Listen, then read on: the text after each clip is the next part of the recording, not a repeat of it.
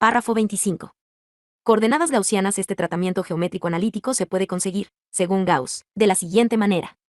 Imaginemos dibujada sobre el tablero de la mesa un sistema de curvas arbitrarias, véase Fig. 3, que llamamos curvas U y a cada una de las cuales caracterizamos con un número.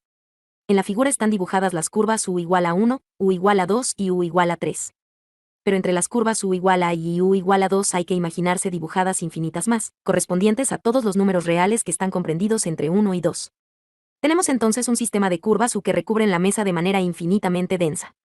Ninguna curva U corta a ninguna otra, sino que por cada punto de la mesa pasa una curva y solo una.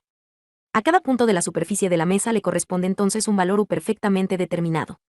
Supongamos también que sobre la superficie se ha dibujado un sistema de curvas V que satisfacen las mismas condiciones, que están caracterizadas de manera análoga por números I, que pueden tener también una forma arbitraria. Figura 4. A cada punto de la mesa le corresponde así un valor A y un valor V, y a estos dos números los llamamos las coordenadas de la mesa, coordenadas gaussianas. El punto P de la figura, por ejemplo, tiene como coordenadas gaussianas U igual a 3, V igual a 1.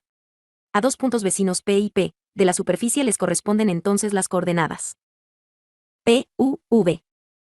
P, U y DU, V y dB. Donde DU y dB representan números muy pequeños. Sea dice un número también muy pequeño que representa la distancia entre P y P, medida con una reglilla. Según Gauss se cumple entonces.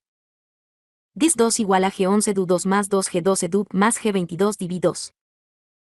Donde G11, G12, G22 son cantidades que dependen de manera muy determinada de U y de V.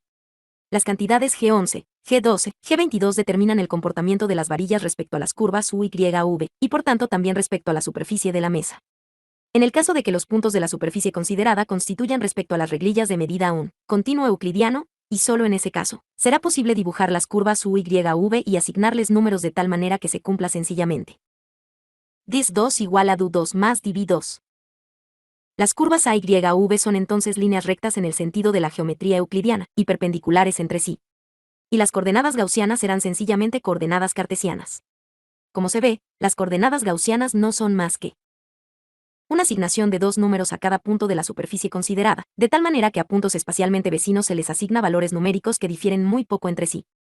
Estas consideraciones valen en primera instancia para un continuo de dos dimensiones.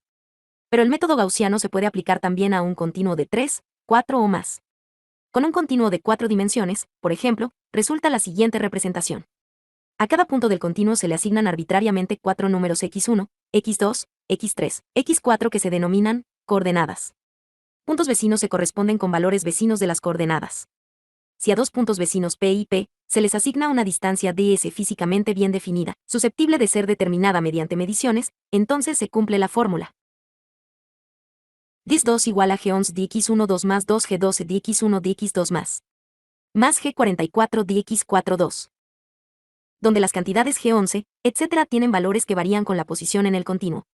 Solamente en el caso de que el continuo sea euclidiano será posible asignar las coordenadas x1, x4 a los puntos del continuo de tal manera que se cumpla simplemente. Dis 2 igual a dx1 2 más dx2 2 más dx3 2 más dx4 2. Las relaciones que se cumplen entonces en el continuo cuadridimensional son análogas a las que rigen en nuestras mediciones tridimensionales. Señalemos que la representación gaussiana para ds2 que acabamos de dar no siempre es posible. Solo lo es cuando existan regiones suficientemente pequeñas del continuo en cuestión que quepa considerar como continuos euclidianos.